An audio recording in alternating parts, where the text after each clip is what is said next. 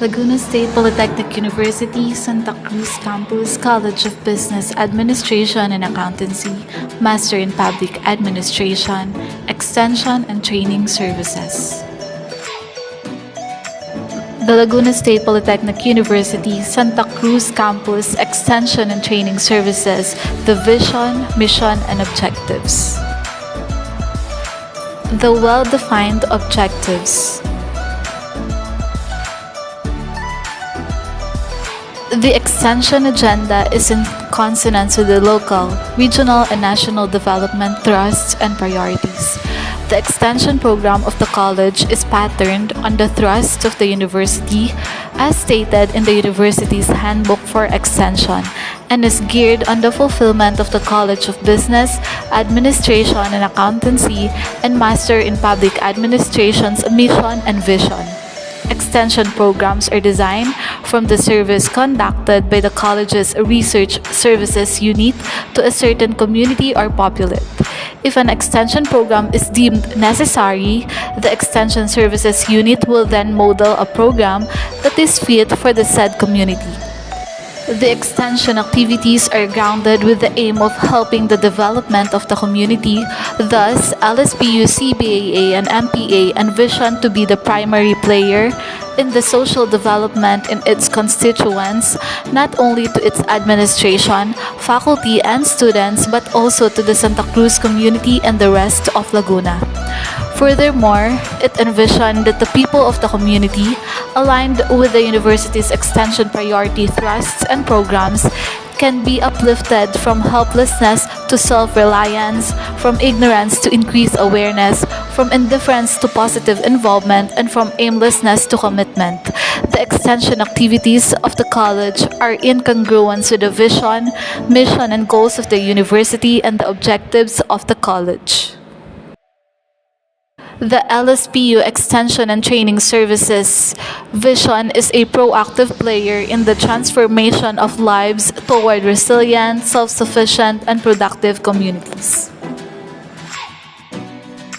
The LSPU Extension and Training Services mission shall actively lead in the delivery of programs and projects that will enhance the knowledge, attitudes, skills, and aspirations of clientele for the attainment of resilient community and sustainable development. The objectives include to lead in capacity building of the clientele towards the identification and implementation and adoption of appropriate technologies to overcome vulnerabilities. To spearhead the packaging, transfer, and adoption of appropriate research-generated technologies that will assist in enriching the lives of clienteles. Third, to establish and sustain collaboration with different institutions to increase internal capacity for community development, and to utilize existing expertise of the university in a package that would contribute to the integrated development of clientele, and to extend responsive technical advisory services to government and non-government units, industries, and communities. The CBAA and MPA Extension and Training Services thrusts and priorities include: first, disaster preparedness and rehabilitation, poverty alleviation, social inclusion and entrepreneurship, gender and development, health and wellness, accountable, transparent, participative, and effective good governance. Adequate and relevant projects activities to achieve objectives. The college, in accordance with the procedures of the university's extension unit, conducts baseline service and needs assessment to determine the root problems of the community and propose possible course of actions. The College of Business Administration and Accountancy and Master in Public Administration formulates its extension agenda consistent with the priority areas stated in the university's extension program technical assistance and Region 4A's extension thrusts and priorities CHED office. The following are the extension programs based on the research and development of the university and based on the needs assessment for participatory rural appraisal. First is the CBAA Communication Skills, Policy Making, Administrative Laws, and Good Governance Augmentation Program for Public Servants, or the CPAG apps.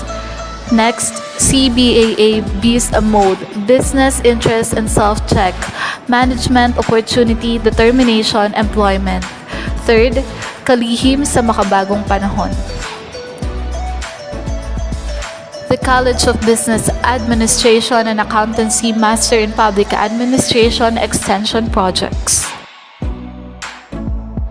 Here are the sample BOR approved projects: Communication Skills, Policy Making, Administrative Laws, and Good Governance Augmentation Program for Public Servant, or the CPAG apps.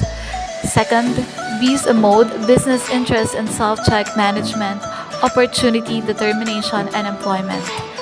Lastly, Kalihim sa Makabagong Panahon. Here is the LSPU Santa Cruz Campus Summary of Program, Project Proposal, Fiscal Year 2022. The Extension Program projects include Management Security applied to business, local government units, and academe. Book publication, Where Do I Start? Career awareness in the government and the code of conduct and ethical standards as public servants. RA 6713, addressing the issues surrounding sustainable waste management campaign through an enabling policy for a resilient disaster management program. Gender sensitivity, promoting diversity, respect, and inclusion. Ethics 101, ethical dilemmas in business and public sector.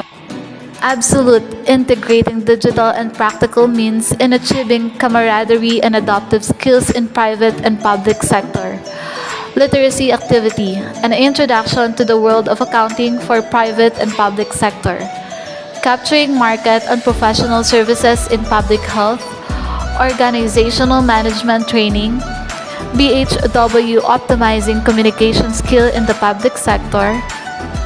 Creating better relationship for patronizing the service customer service relation in both private and public sector, and personal business and organizational financial management in the public sector. One of the programs of the LSPU SEC Extension and Training Services is the career awareness in the government and code of conduct as public servant.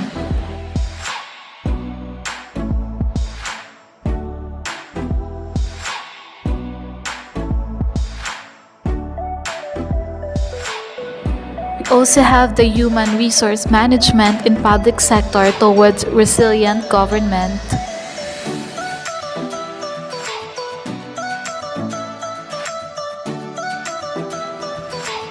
And media and public administration collaboration towards good governance.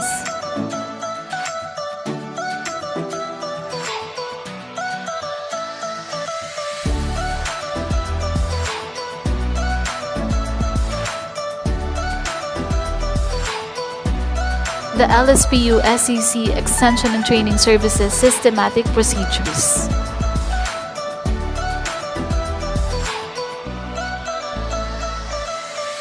It includes Quality Manual, Procedures Manual, Systematic and Effective Procedures in the Conduct of Extension Program as reflected in the University Extension Manual.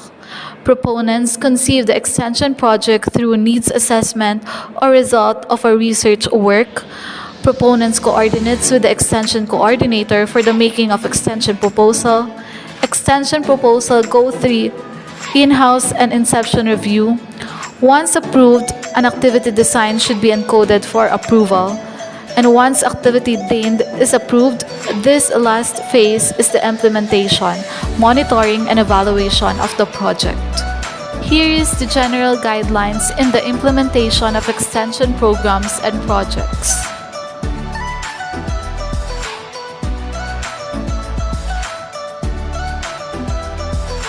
This picture shows the work instruction.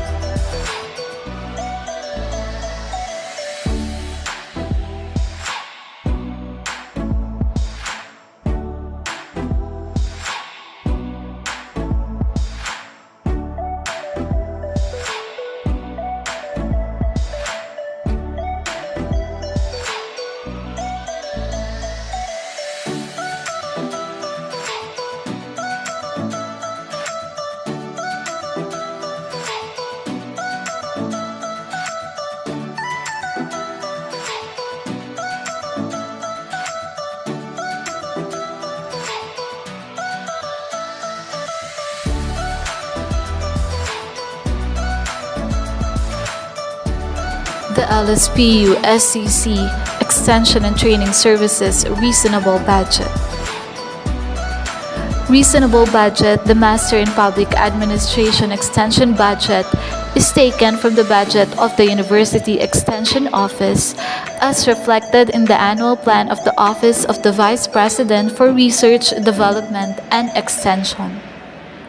The LSPU SCC Extension and Training Services reasonable budget for programs and activities.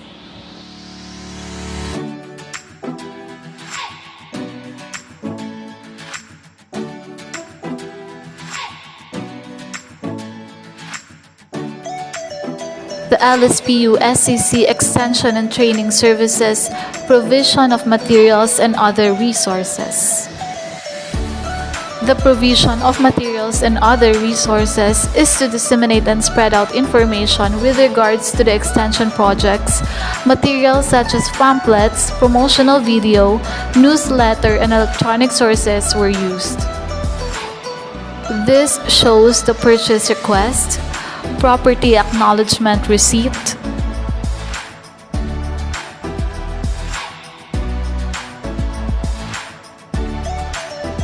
tarpaulin,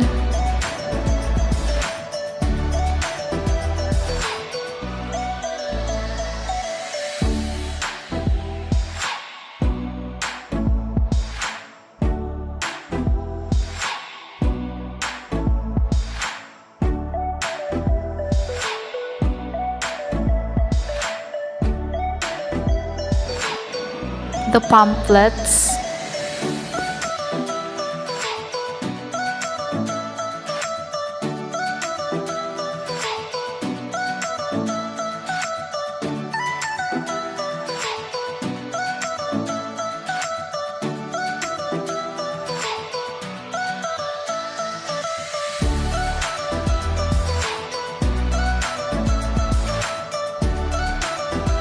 and the newsletter.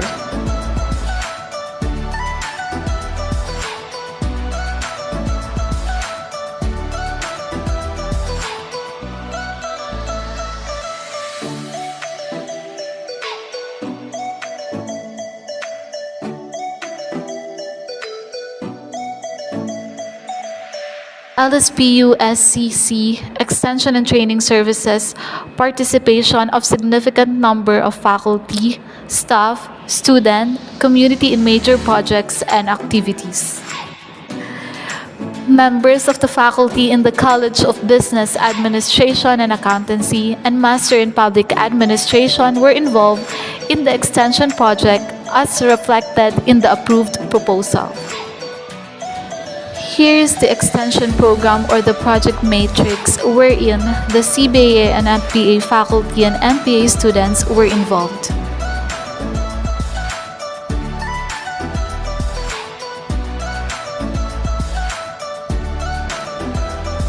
These are the certificate of appreciation given to the CBAA MPA students from the beneficiaries of the community.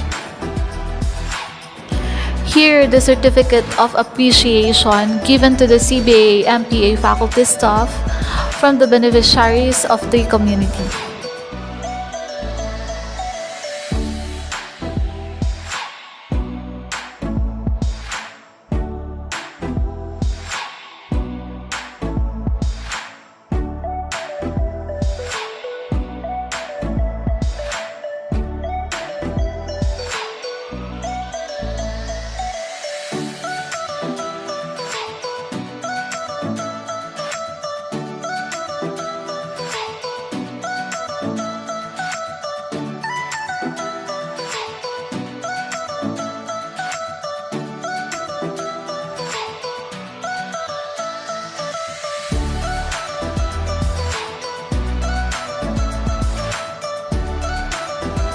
These are the photo documentation showing the involvement of the CBAA MPA faculty, staff, and students.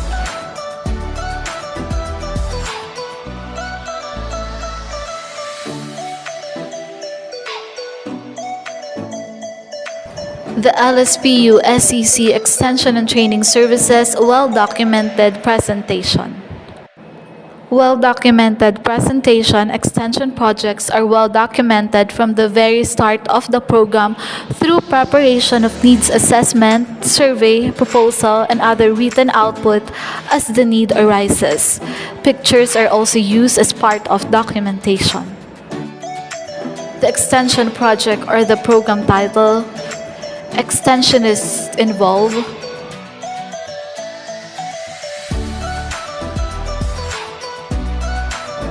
narrative report that includes rationale, objectives, implementing agency, beneficiaries, impact and outcomes, training evaluation and results, conclusion, recommendations, approval letters,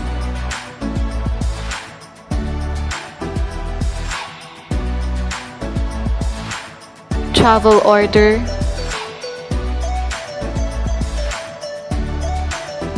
letter from the community, sign and notarize MOA or MOU that is optional, notice to proceed,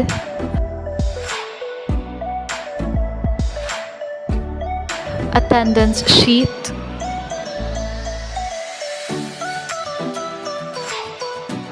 summary of evaluation,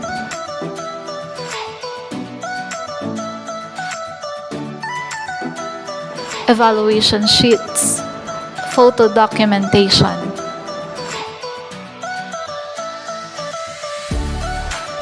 LSPU SCC Extension and Training Services Awards of Distinction and Achievements. Awards of Distinction, Achievements, and Grants of this program. The CBAA and MPA Extension and Training Services received awards for its contribution to the development of the community from the different beneficiaries of the Extension and Training Services. On the 30th of April 2021, Dr. Chester Alexis C. Buama, Federated President, Faculty Association, as one of the awardee of LSPU Super 1 for his guidance, dedication, and exceptional leadership, extraordinary contributions, and untiring efforts to help others and serves as an inspiration for others.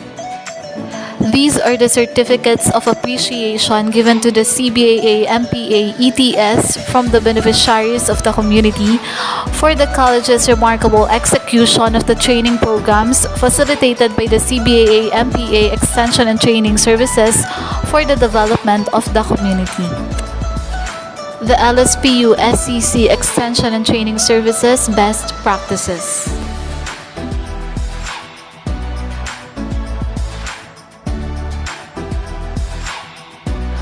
Disseminate and spread out information with regards to the extension projects, materials such as pamphlets, promotional video, newsletter, and electronic sources were used, such as CBAA, MPA, ETS Facebook page. These are the CBAA, MPA Extension and Training Services Best Practices pamphlets.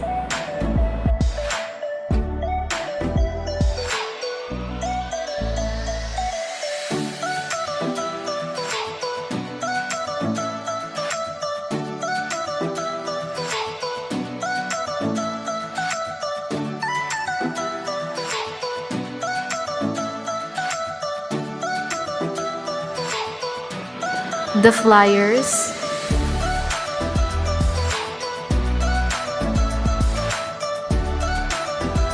newsletter,